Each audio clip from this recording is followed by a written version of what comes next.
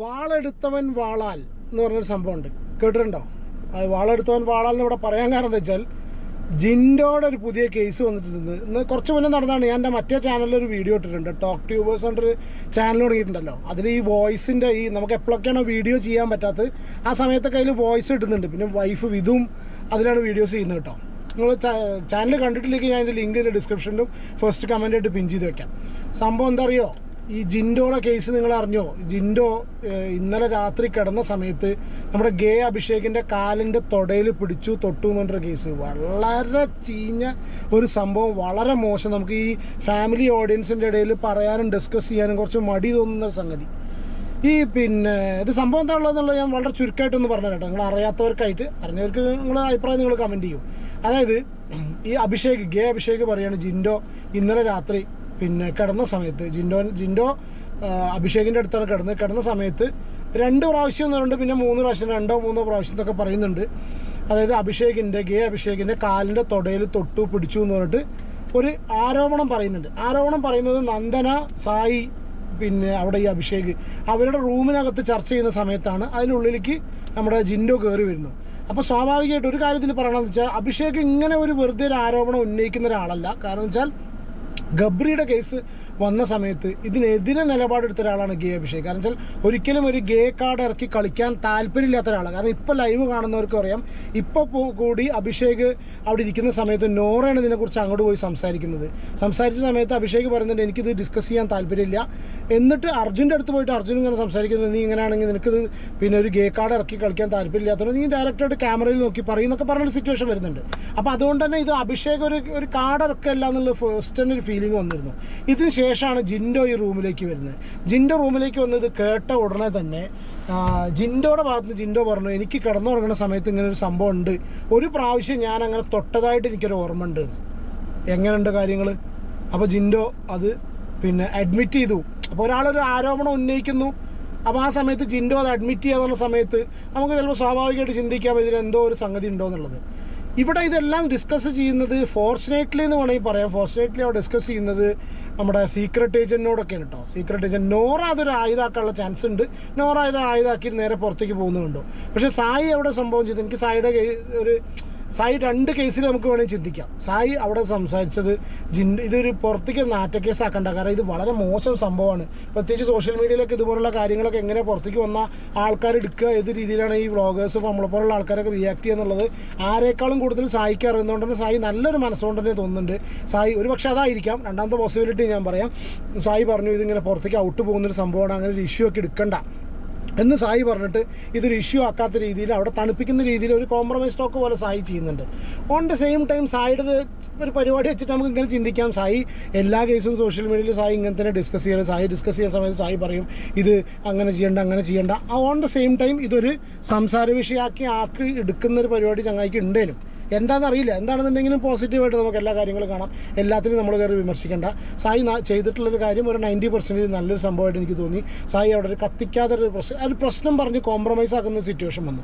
ഇത് സംസാരിച്ച സമയത്താണ് ജിൻഡോ കയറി വന്നിട്ട് ഇത് അഡ്മിറ്റ് ചെയ്യുന്നതിൻ്റെ കൂട്ടത്തിൽ ജിൻഡോ അവിടെ ഒരു റോങ് കളി എന്ന് പറയാൻ പറ്റുമല്ലോ, റോങ് എന്ന് വേണമെങ്കിൽ പറയാം. ജിൻഡോയുടെ ഭാഗത്ത് ഒരിക്കലും ഒരിക്കലും ചെയ്യാൻ പാടില്ല. കാരണം വെച്ചാൽ ഒരു സംഗതി അവനെ കുറിച്ച് ഒരു ആരോപണം വരുന്ന സമയത്ത് അത് അഡ്മിറ്റ് ചെയ്യുന്നത് മാത്രമല്ല അതിൻ്റെ കൂട്ടത്തിൽ വേറൊരു മോശമായിട്ടുള്ള സംഭവം പറഞ്ഞു.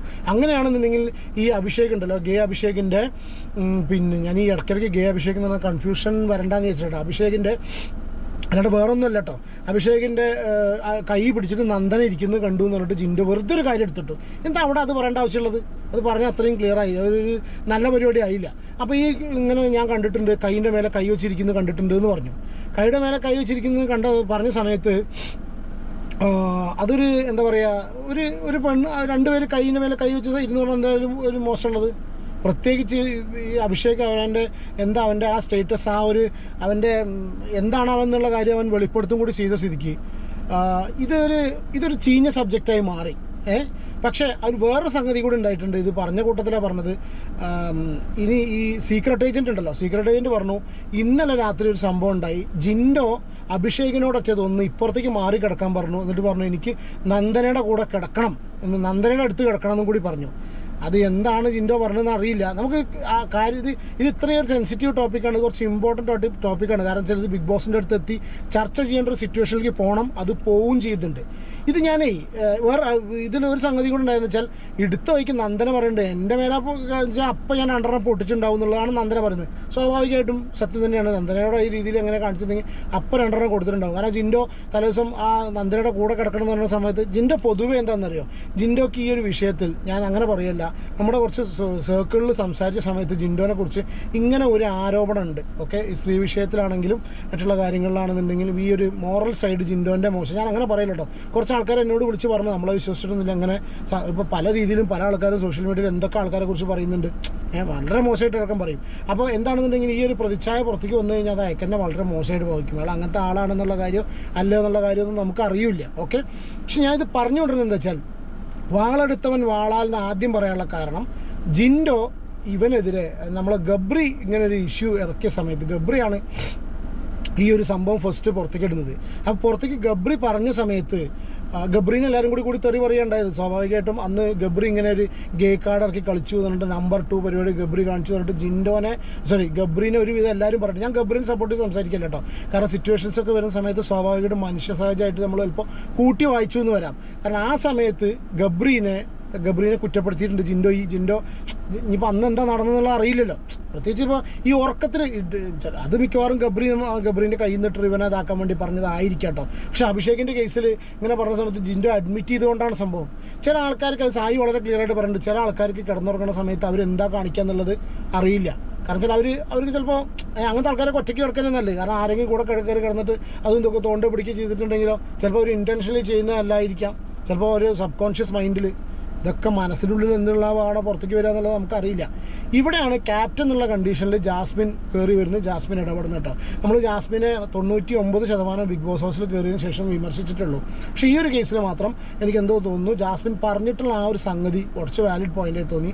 എനിക്ക് സായി പറഞ്ഞതിനേക്കാളും കൂടുതലൊന്നും കൂടി ജാസ്മിൻ്റെ ഭാഗത്ത് നിൽക്കാനേ തോന്നുന്നു. ജാസ്മിൻ്റെ ഭാഗത്തല്ല, രണ്ടും ഏകദേശം ഒരേപോലെയാണെങ്കിൽ തന്നെ ജാസ്മിൻ കുറച്ചും കൂടി കട്ട് ആൻഡ് റൈറ്റ് ആയിട്ട് ക്ലിയർ ആയിട്ട് കാര്യങ്ങൾ പറഞ്ഞു. ജാസ്മിൻ പറഞ്ഞതാണ് ഒരു വിഷയമാക്കി ഇത് എടുക്കേണ്ടത്, ഇത്രയും സീരിയസ് ഇഷ്യൂ ആയ സ്ഥിതിക്ക് ഇവിടെ അത്രയധികം ക്യാമറകൾ ഉള്ളത് കൊണ്ടും ജിൻഡോക്ക് അത് അറിയാവുന്നത് കൊണ്ടും ജിൻഡോ ഒരു കാരണവശാലും ഡെലിബറേറ്റ്ലി അത് ചെയ്യാൻ ചാൻസ് ഇല്ല. ഇനി അങ്ങനെ എന്തെങ്കിലും ഉണ്ടെങ്കിൽ തന്നെ അത് ഗുരുതരമായിട്ടുള്ളൊരു കാര്യമാണ്. അത് ബിഗ് ബോസ് ക്യാമറകൾ കണ്ടിട്ട് അവർ ഡിസൈഡ് ചെയ്യട്ടെ എന്ന് പറഞ്ഞു. അപ്പോൾ ആ ഒരു സ്ട്രോങ് സ്റ്റാൻസ് ക്യാപ്റ്റൻ എന്നുള്ള കണ്ടീഷനിൽ ജാസ്മിൻ പറഞ്ഞത് പോയത് പറയാതിരിക്കാൻ മതി. ജാസ്മിൻ ഇപ്പോൾ നല്ലത് ചെയ്ത് കഴിഞ്ഞാൽ നമ്മൾ പറയുകയും ചെയ്യണമല്ലോ. അപ്പോൾ അങ്ങനെ സംഗതി ജാസ്മിൻ്റെ ഭാഗത്തുനിന്നുണ്ടായി. ഇതെല്ലാം കഴിഞ്ഞിട്ട് പുറത്ത് വന്നിട്ട് നോറ പിന്നെ അഭിഷേകിനെ ജയദീപിനെ വിളിച്ച് കാര്യങ്ങൾ സംസാരിക്കുന്നുണ്ട്. അവർ തമ്മിൽ സംസാരിക്കുന്ന സമയത്ത് നോറ ഇതൊരു കാർഡാക്കി എടുക്കാൻ വേണ്ടിയിട്ട് ഇവനോട് പറയുന്നുണ്ട്. ഈ ഒരു സംഗതിയൊക്കെ എടുക്കാൻ വേണ്ടിയിട്ട് നോറയാണ് പറയുന്നത്, നീ അത് ഇതാക്കണം, നീ അത് പുറത്തേക്ക്. നോറയ്ക്ക് സ്വാഭാവികമായിട്ട് അവിടെ ഒരു ഇഷ്യൂ ക്രിയേറ്റ് ആണ്. നോറ നോമിനേഷനിൽ വന്നതുകൊണ്ടും നോറയുടെ ഇവിടുന്ന് അങ്ങോട്ടുള്ള യാത്രയ്ക്കും ഇപ്പോൾ നോറ കുറച്ചും കൂടി ബോൾഡാണ്, ഇൻഡിപെൻഡൻ്റ് ആണ് എന്നുള്ള രീതിയിലൊക്കെ ഒരു ഇംപ്രഷൻ കൊടുക്കുന്നതിൻ്റെ ഭാഗമായിട്ടായിരിക്കും ഒരു പക്ഷേ നോറ ഈ ഒരു രീതിയിൽ ഒരു ഭയങ്കര ഡ്രാസ്റ്റിക് ചേഞ്ച് നോറയുടെ ഭാഗത്തുനിന്ന് ഉണ്ടായിട്ട് മുന്നോട്ട് പോകുന്നത് നമുക്ക് തോന്നുന്നു കേട്ടോ. ഇത് കഴിഞ്ഞ ശേഷം അർജുൻ്റെ അടുത്ത് വരുന്നുണ്ട്. അർജുൻ വളരെ ക്ലിയർ ആയിട്ട് ഒന്നും കൂടി സംഗതി പറയുന്നു, നീ ഒരു കാര്യം ചെയ്യ്, ഇതതിനൊന്നും നിൽക്കണ്ട, നീ ഒറ്റയ്ക്ക് ഏതെങ്കിലും ക്യാമറയിൽ പോയിട്ട് ബിഗ് ബോസിനോട് കാര്യം പറയും, നീ ഒരു ബിഗ് ബോസ് തീരുമാനിക്കട്ടെ, അതാണ് വേണ്ടത്. കാരണം ഇത് ഒരു സീരിയസ് ഇഷ്യൂ ആണ്, ഇത് അങ്ങനെ തള്ളിക്കളയാൻ പറ്റുന്നൊരു സംഗതിയല്ല. ഇത്രയും സംഭവം ഒരു സെക്ഷൽ അസോൾട്ടല്ല, എന്താ പറയുക, ഒരു ലൈംഗികാതിക്രമം, അതിന് ഇംഗ്ലീഷ് ഇപ്പോൾ എന്താ സെക്ഷൽ എന്തോന്ന് വോട്ടെവർ കിട്ടുന്നില്ല കേട്ടോ, അതിനൊരു ലൈംഗികാതിക്രമം പോലെയാണ് ജിൻഡോയുടെ ഭാഗത്തുനിന്ന് ഉണ്ടായത് എന്ന രീതിയിലാണ് ഇപ്പോൾ അത് അവിടെ സംസാരിച്ചുകൊണ്ടിരിക്കുന്നത്. അപ്പോൾ എന്ത് വന്നാലും ഇത് വളരെ സീരിയസ് ആയിട്ട് തന്നെ ബിഗ് ബോസ് എടുത്ത് ഡിസ്കസ് ചെയ്യണം എന്നാണ് എൻ്റെ ഒരു അഭിപ്രായം. നിങ്ങളുടെ അഭിപ്രായം കമൻറ്റ് ചെയ്യൂ കേട്ടോ.